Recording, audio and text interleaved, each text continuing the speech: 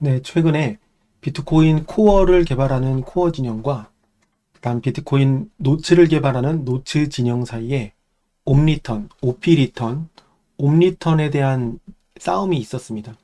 그 싸움의 배경을 제가 이해하고 싶어서 시간이 나는 대로 이런저런 검색을 좀 하고 있고, 그 다음에 X에서도 돌아다니는 글들을 짧은 시간이지만 계속 보면서 그 트렌드를 확인하려고 하고 있습니다. 아직까지 명확하게 제가 제 수준에서 마음에 드는 결론을 내지 못했는데, 그 결론을 낼 때까지는 꽤 시간이 걸릴 것 같습니다. 그 이유가 제가 이걸 결론을 내려면 OP 리턴, 옴리턴이 무엇인지 명확하게 좀 이해를 해야 될 것 같고요. 그리고 이 옴리턴에 대한 역사적인 배경도 이해를 해야 될 것 같고, 그리고 이 옴리턴을 활용해서 세그윗 업데이트 이후에 오디널스나 룬이나 그런 이렇게 똥 똥들을 묻혀서 JPG나 동영상 같은 것들을 묻혀내는 그러한 트렌드가 어떤 기술적인 배경에서 되는지 좀 이해를 해야 될 것 같습니다. 아직까지 제가 정확하게 파악하지 못한 것은 블록에다 넣는 방법과 UTXO 세트에 넣는 방법 두 개가 방법이 나눈다고 하더라고요.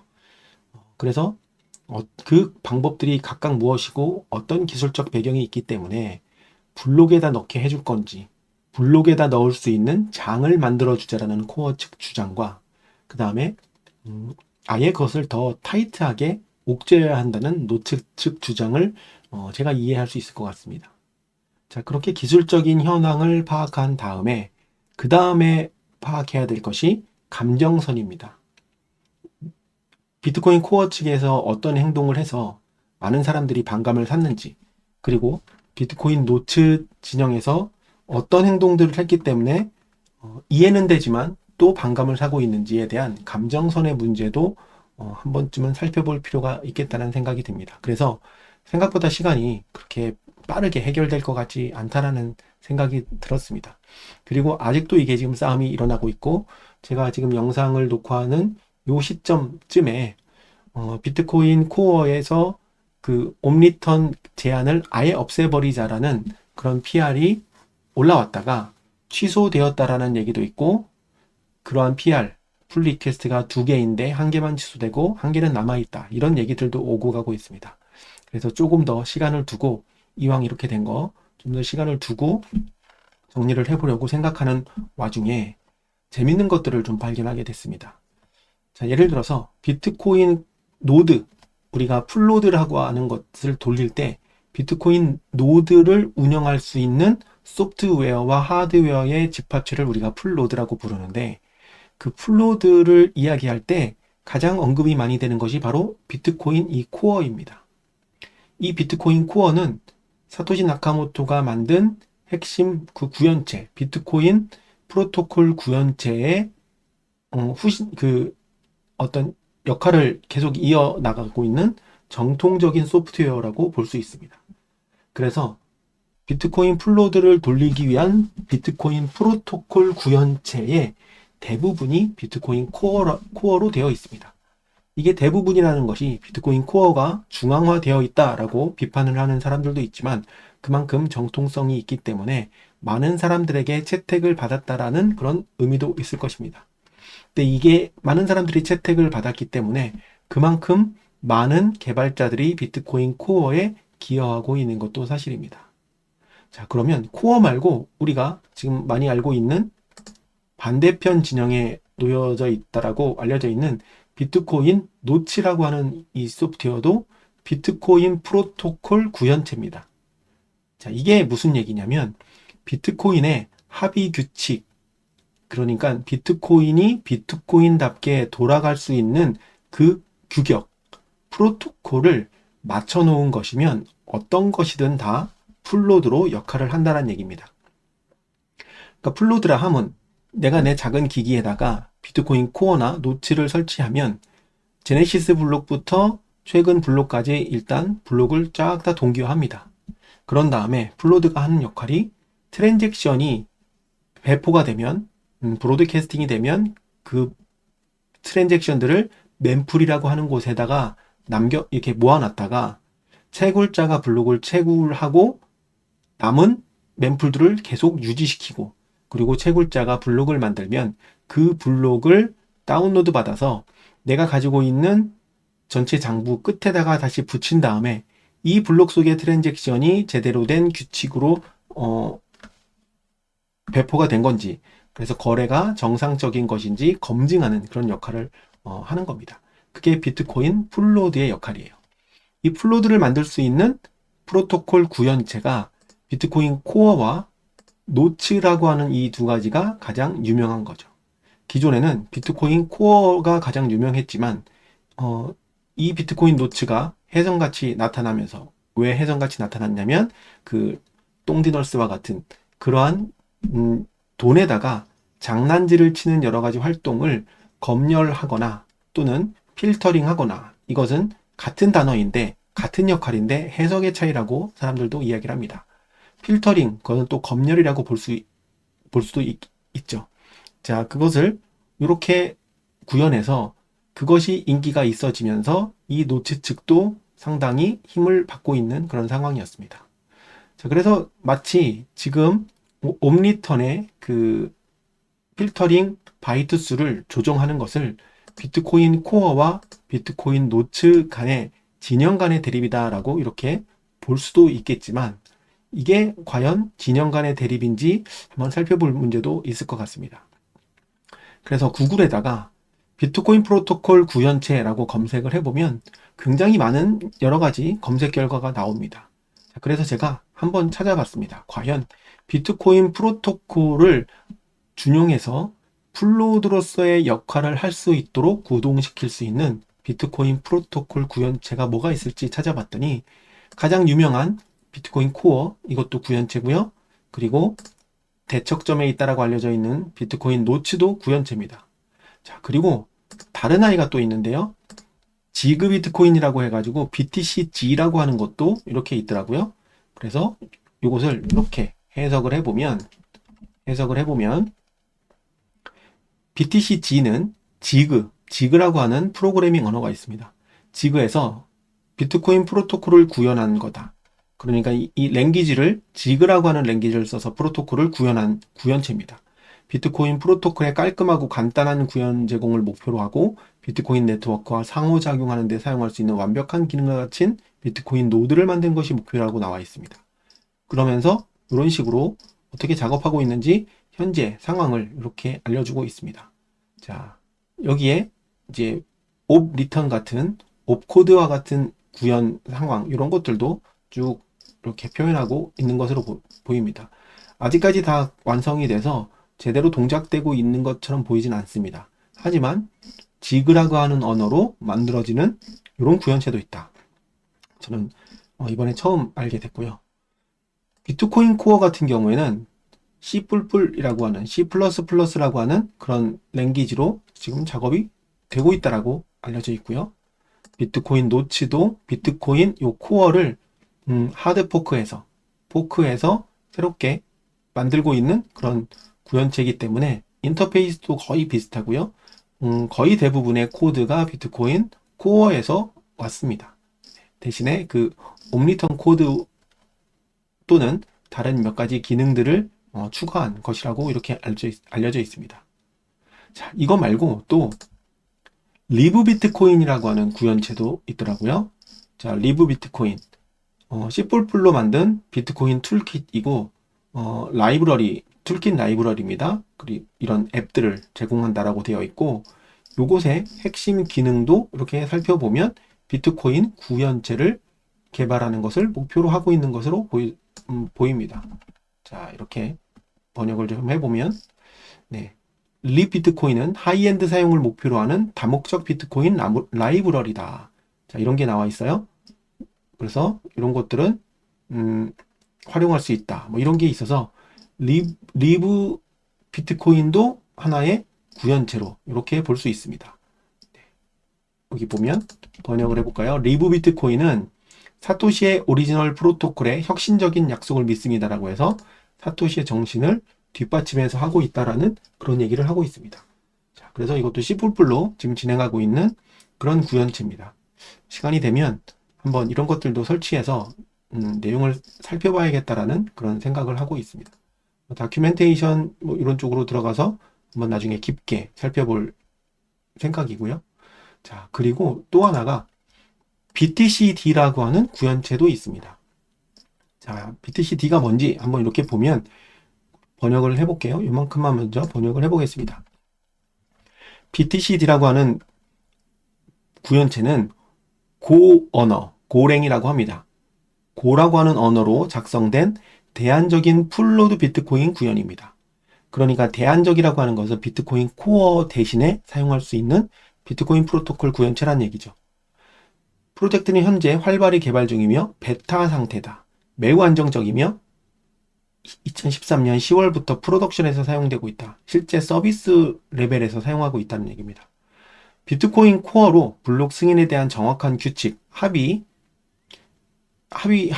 규칙이죠. 이런 규칙을 사용해서 블록체인을 올바르게 다운로드하고 검증하고 서비스하는 데 사용되는 이런 것입니다. 특히 비트코인 코어가 이 동작되는 핵심 메커니즘이 포크를 일으키지 않도록 세심한 주의를 기울이겠다. 뭐 이런 것들 쭉 나오고 있습니다. 자, 그리고 제이슨 데이터를 공개해서 외부 지갑에서 사용할 수 있도록 해주는 그런 기능도 담겨 있고요. 요 밑에 것들을 또 한번 번역을 해보면 또 새로 채굴된 블록을 적절하게 전달하고 트랜잭션 풀을 유지하며 블록에 포함되지 않은 개별 트랜잭션을 전달한다 등등과 같이 별반 비트코인 코어와 다르지 않은 기능을 고랭이라고 하는 언어로 고라고 하는 프로그래밍 랭귀지로 만들고 있는 구현체가 있습니다. BTC-D가 비트코인 코어와 차이점 중에 하나는 BTC-D는 지갑 기능이 포함되어 있지 않다고 합니다. 비트코인 코어는 지갑을 생성할 수 있거든요. 근데 BTC-D는 지갑이 없고 별도의 지갑과 페이먼트와 관련된 그런 프로젝트가 있다라고 이렇게 설명이 되어 있습니다. 자, 그래서 이렇게 운영되고 있는 것도 있고요. 그리고 검색을 하다 보니까 리브라 릴레이라고 하는 게 있습니다. 자, 이 리브라 릴레이 어디서 많이 봤네? 라고 생각했더니 피터 토드라고 하는 지금 비트코인 코어 개발자 중에 한 명, 그리고 지금 논란의 중심에 서 있는 사람이기도 합니다. 자, 이 리브라 릴레이를 만들기 위해서 펀딩 받았던 이런 히스토리가 있더라고요. 자, 그래서 이걸 이렇게 좀 해석을 쭉 해봤는데 이 내용이 어디에도 있냐면요. 엄브렐에 앱스토어가 있죠. 여기에 비트코인 항목에 들어가 보면 비트코인 노드가 있고 비트코인 노츠가 이렇게 있습니다.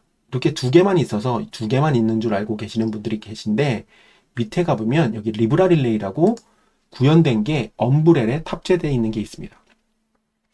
제가 비트코인 코어를 설치하는 거 대신에 제 풀로드를 한번 갈아엎을 때 코어 대신에 그냥 리브라 릴레이를 한번 써볼까? 피터 토드라고 하는 사람이 만들었으니까 라고 생각해서 하다가 에러가 나서 저는 사용하지 않았던 기억이 있는데요. 자, 여기에 있는 요 내용이 바로 여기에 있는 내용입니다.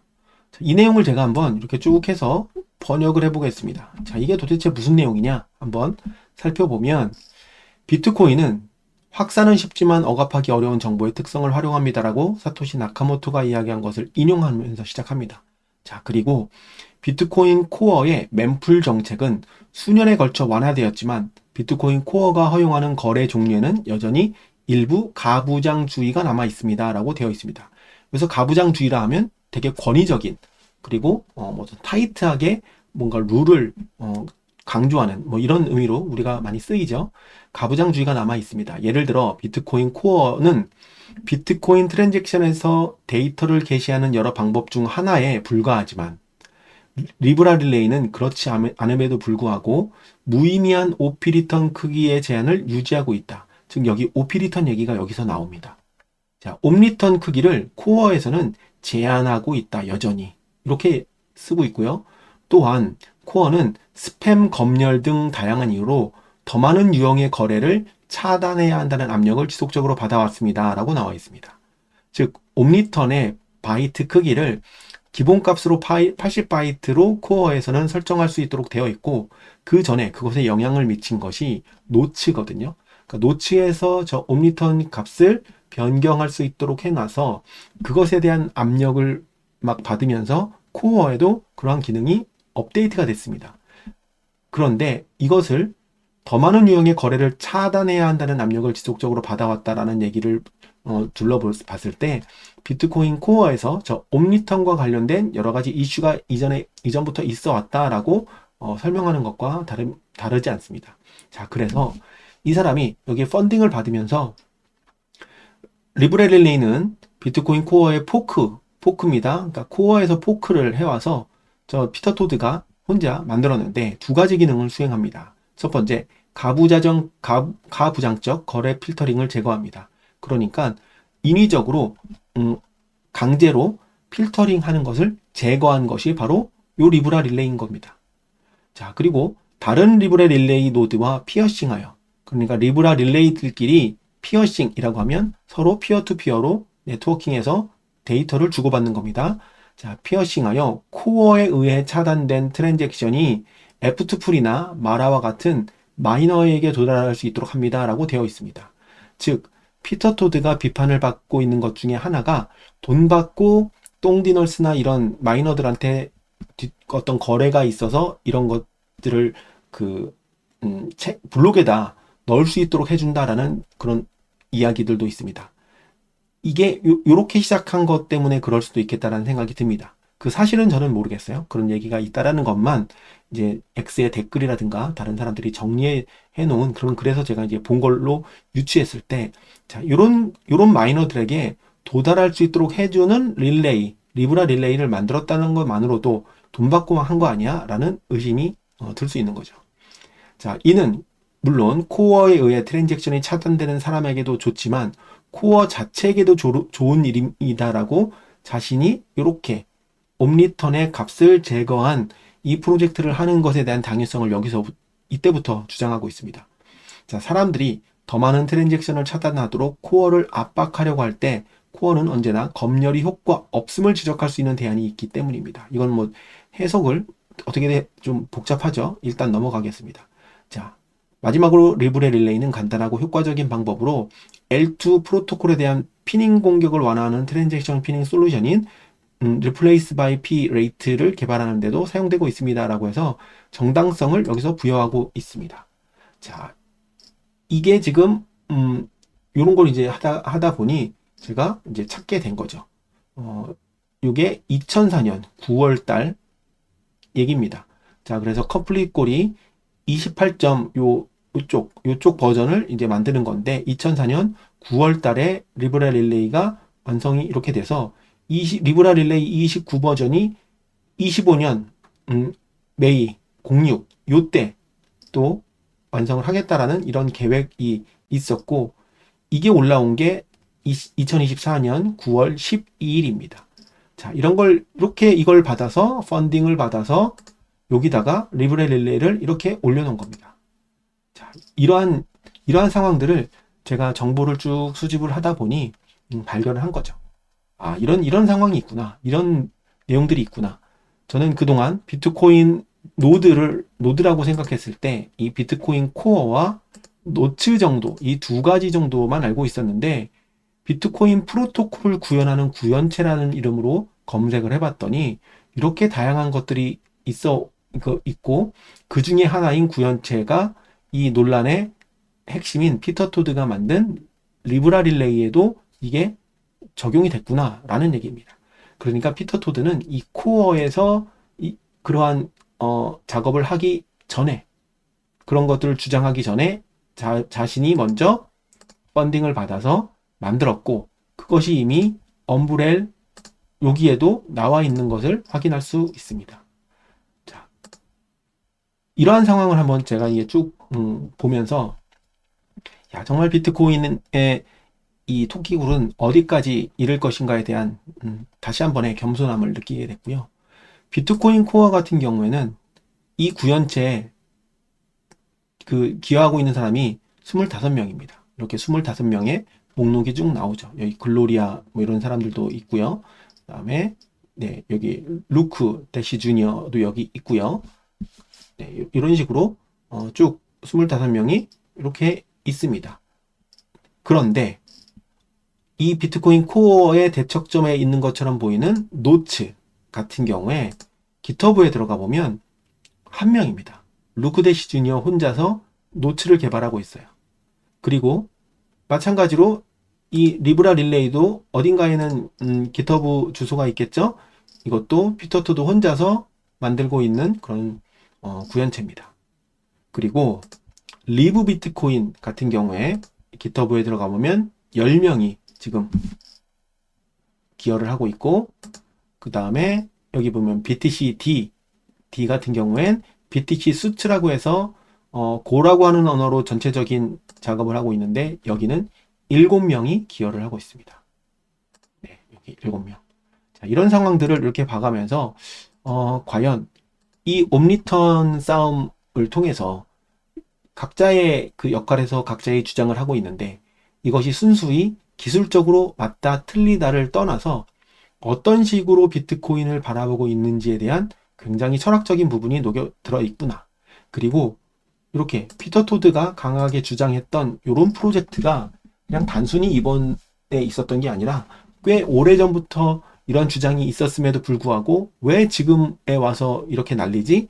라고 억울함을 토로했다라는 얘기를 들은 적이 있는데, 그게 바로 이런 상황들하고도 연계가 되어 있구나라는 것을 좀 배웠습니다. 그래서 제가 본격적인 옴니턴에 대한 기술적인 것, 그리고 이 옴니턴을 활용해서 똥디너스나 뭐 룬이나 이런 프로젝트가 어떻게 동작되길래 블록에 담는 것과 UTXO 세트에 담기는 이런 차이가 벌어지는지, 이런 것들을 좀 들여다볼 예정이고요. 그리고 나머지 그 싸움 간에 벌어지는 감정적인 부분들은 어느 정도로 이렇게 구성되고 있는지를 각각 다 정리를 했을 때, 아, 나는 그럼 요런 게 맞는 것 같아 라는 의견을 결정할 수 있을 것 같아서, 중간 정리 차원에서 중간에 제가 이제 발견한 여러 가지 것들을 좀 한번 공유를 드리고, 생각보다 좀 시간이 오래 걸릴 것 같아서 한번 제가 그동안 찾았던 거를 공유해 드렸습니다. 그래서 이 비트코인 프로토콜 구현체라고 하는 이런 이름으로 정말 많은 이런 소프트웨어들이 이미 이렇게 활용되고 있다. 단순히 코어의 버전만 여러 가지다가 아니라 구현체 자체도 여러 가지라는 것을 이번 시간에 한번 배우는 시간을 가졌습니다. 이렇게 정리를 해보겠습니다.